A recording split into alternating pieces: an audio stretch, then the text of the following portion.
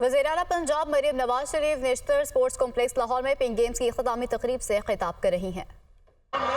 फैसल, आपको जो हमारे young dynamic hard working sports minister हैं, मैं ये कहती थी कि लोगों को लगता था कि अगर आपने किसी को ऑब्लाइज करना उसको स्पोर्ट्स मिनिस्ट्री दे दो। मैंने फैसल को स्पोर्ट्स मिनिस्ट्री इसलिए दी थी कि I wanted you to excel and exceed, और मुझे लगा कि ये फैसल कर सकता है। और मैंने फैसल को आज कहा कि ये पिंक गेम्स यहाँ पर ख़त्म नहीं होनी चाहिए, इसको पूरे पंजाब में फैलाओ और सिर्फ लाहौर में फैसिलिटीज़ नहीं होनी चाहिए। मैंने आपके लिए प्रूफ किया है कि पूरे पंजाब में आपकी प्ले ग्राउंड्स हों, आपके जिम्नेजियम्स हों, आपके स्पोर्ट्स कॉम्प्लेक्सेस हों, ताकि आपको मेन गेम्स खेलने के लिए लाहौर ना आना पड़े, आपके अपने शहरों में आपके लिए स्पोर्ट्स की फैसिलिटीज़ हों। अच्छा, ये बताओ कि मज़ा आया? Did you enjoy your games? Did you have fun? और आपको पता है, मुझे आज फैसल ने बुलाया नहीं था। मुझे कहता है कि आज हमारी प्राइज डिस्ट्रीब्यूशन है, हमारी गेम्स ख़त्म हो गई हैं। तो मैंने कहा कि तुमने मुझे बुलाया क्यों नहीं? मैं तो आना चाहती हूँ उसके अंदर। तो मैं देखना चाहती थी कि मेरी बेटियां, मेरी बच्चियां, इस कौम की बेटियां कितनी स्मार्ट हैं, कितनी एजाइल है माशाल्लाह, कितनी चैंप्स हैं माशाल्लाह। तो मैं आज, आपको पता है, मेट्रो बस में बैठकर यहाँ आई हूँ और मेट्रो बस का जो कज़ाफी स्टेडियम वाला स्टेशन है, उससे मैं ऊपर गई, पूरी सीढ़ियाँ चढ़ के उतर के फिर मैं आपके पास आई हूँ। और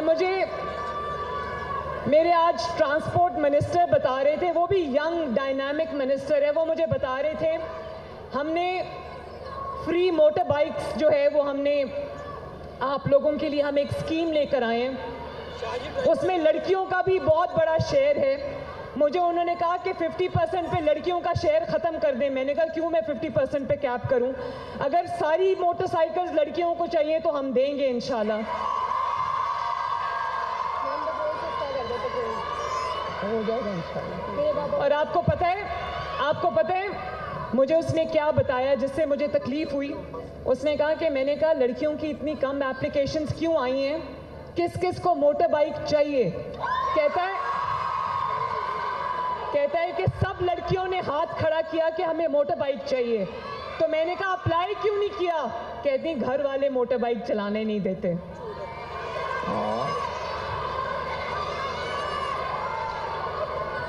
तो मैं ये समझती हूँ कि वालिदैन को हम आपके लिए सेफ्टी सिक्योरिटी को बेहतर कर रहे हैं, तो मैं वालिदैन को रिक्वेस्ट करूंगी कि अपनी बच्चियों को इजाज़त दें, वो बाहर निकलें, वो इंडिपेंडेंट हों, वो अपने काम खुद करें।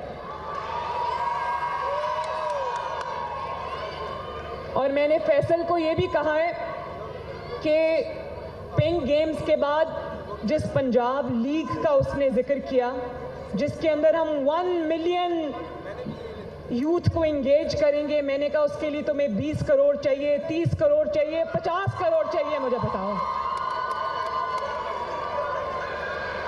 और आप देखेंगे इंशाल्लाह कि हम पंजाब लीग को पंजाब के लेवल पे हम लेकर जाएंगे, और इंशाल्लाह वो दिन दूर नहीं जब गली गली महल्ले महल्ले इंशाल्लाह हमारे स्पोर्ट्समैन स्पोर्ट्स वुमेन पैदा होंगे, इंशाल्लाह स्पोर्ट्स विमेन।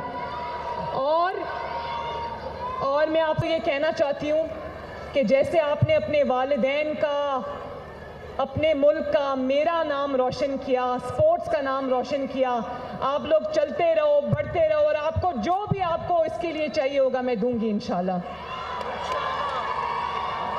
और जो 1300 बच्चियों ने इसमें शिरकत की है, पार्टिसिपेट किया है, मैंने उन 1300 बच्चियों के लिए मैंने एक अपनी तरफ से वाटर फ्लास्क जो है, वाटर बॉटल्स जो हैं वो आपको मेरी तरफ से मिलेंगी, उस पे मेरे सिग्नेचर्स हुए हैं, ताकि आपको याद रहे कि ये फर्स्ट एवर पिंक गेम्स थी, और आपको उस बॉटल को देख के याद आए कि आपने आगे बढ़ना है, आपने यहाँ पर रुकना नहीं है।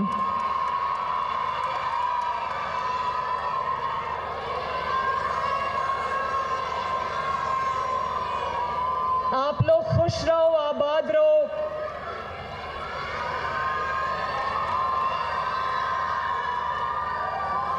और may you do famously in life. I love you all. God bless you.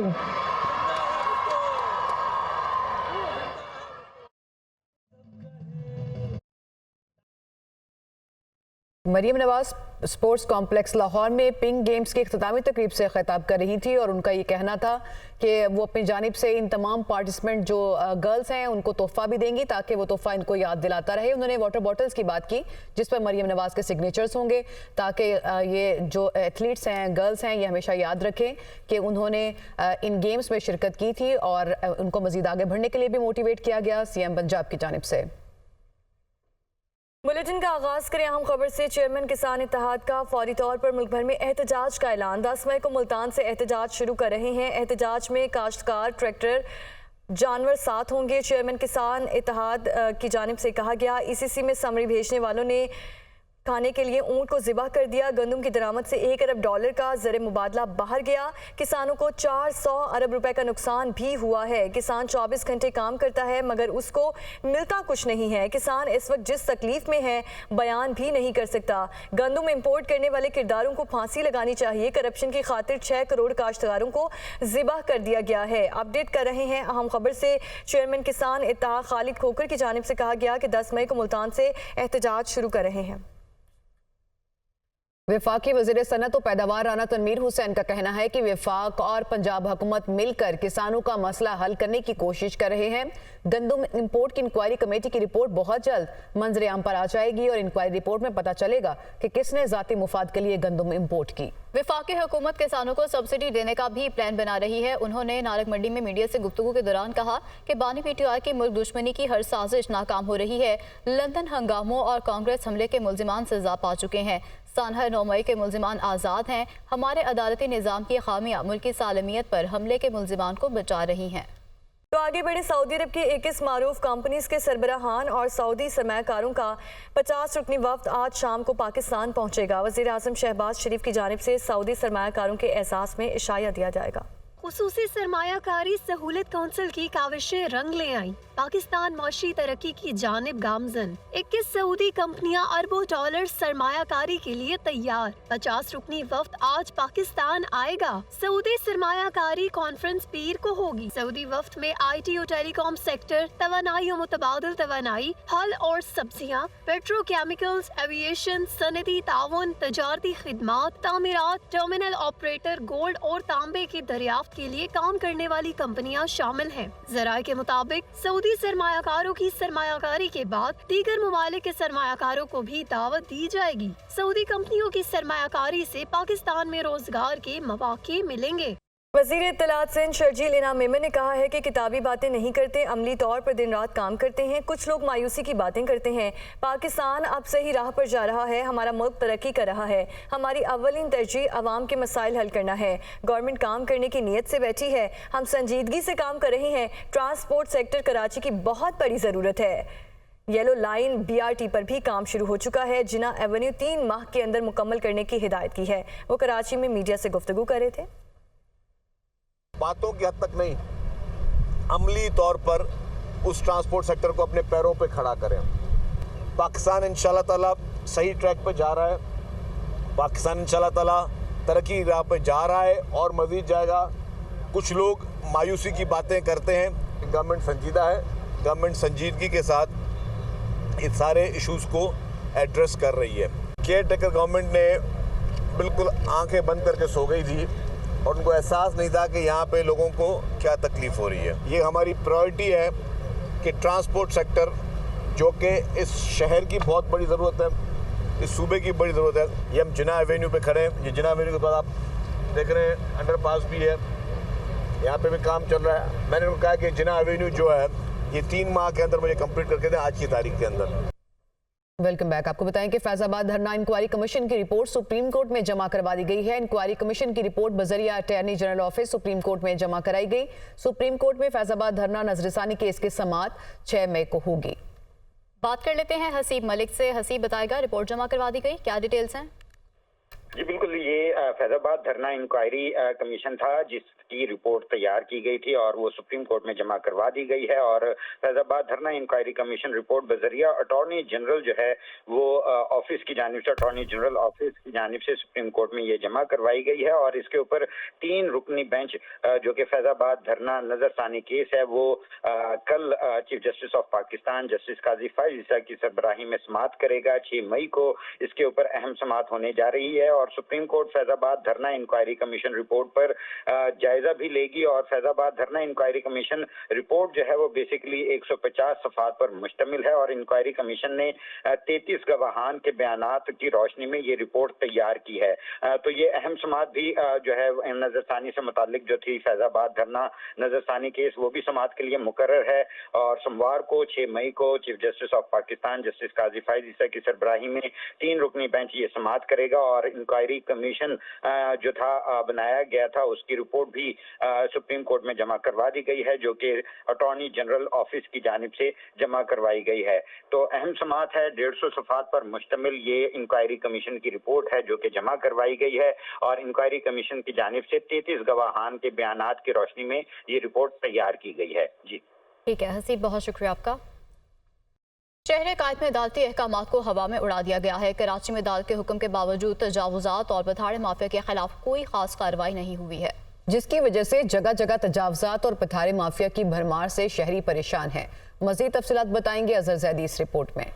एक जानिब अदालत आलिया का तजावुजात खत्म करने का हुक्म तो दूसरी जानिब शहर भर में तजावुजात और पथारे माफिया का राज बरकरार। जगह जगह तजावुजात और पथारे माफिया के डेरे कायम हैं। पथारे माफिया ने पार्क की जमीन पर कब्जा जमाया हुआ है जिसकी वजह से शहरियों का चलना फिरना और ट्रैफिक की रवानी मुश्किल बनी हुई है।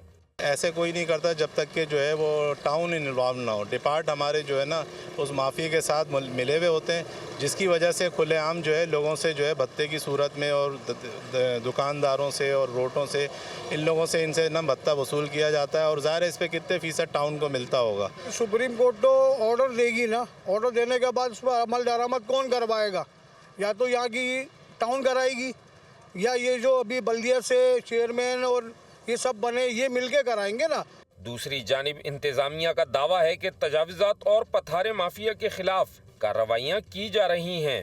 सड़कों पे, फुटपाथों पे, नालों के ऊपर अपने तजावुजात कायम कर लें तो उन आदतों को चेंज करना इतना आसान नहीं होता। बट बाहर कैफ बल्दिया उज़्मा कराची का जो एंटी इंक्रोचमेंट डिपार्टमेंट है वो काम कर रहा है इस हवाले से और गाहे बगाहे ये कार्रवाई चल रही है। मैंने पिछले हफ्ते कमिश्नर कराची और तमाम DC साहिबान के साथ भी एक जॉइंट मीटिंग की थी जिसका टारगेट बेसिकली ये था कि कोई इदारा ये काम अकेले नहीं कर सकता है, एक कलेक्टिव एफर्ट करने की ज़रूरत है। कराची का कोई इलाका भी तजावुजात और पथारे माफिया से बचा हुआ नहीं है।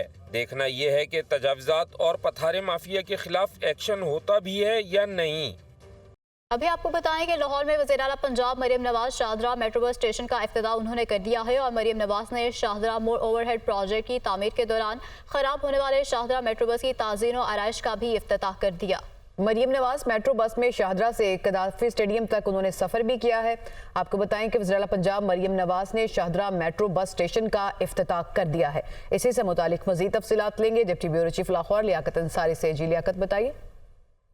बिल्कुल, वज़ीर आला Punjab Maryam Nawaz Shahdara metro bus station पहुंची और वहां पर जो इस प्रोजेक्ट का उन्होंने इफ्तिताह किया। बुनियादी तौर पर जब शाहदरा जो मोड़ पर ओवरहेड ब्रिज बन रहा था तो उसकी तामीर के दौरान जो शाहदरा मेट्रो बस का जो स्टेशन था ये बुरी तरह मुतासर हुआ था। अब इसकी दोबारा से तज़ीन और राइश की गई। इस मौका पर सूबाई वज़ीर इत्तलात उज़्मा बुखारी, रुकन सूबाई असम्बली समीर अली खां और सूबाई वज़ीर ट्रांसपोर्ट जो है बिलाल अकबर भी वहां पर मौजूद थे। मरियम नवाज को इस शाहदरा मेट्रो बस के हवाले से ब्रीफ किया गया और बताया गया कि मेट्रो बस के जरिए जो आवाम को सहूलियात सफर के हवाले से दी जा रही हैं उसके हवाले से उन इकदामात से वज़ीर आला को ब्रीफ किया गया। मरियम नवाज ने मेट्रो बस में सवार होकर शाहदरा से कदाफी स्टेडियम तक सफर भी किया और रास्ते में जो दीगर मेट्रो बसेज आ रही तो उनमें मुसाफिरों को उन्होंने जो है वो हाथ हिलाकर जो है खुशामदीद भी कहा और इस अज़म का इजहार भी किया कि मेट्रो बस कर दिया गया है। लियाकत अंसारी, आप हमें मालूमात दे रहे थे, आपका शुक्रिया।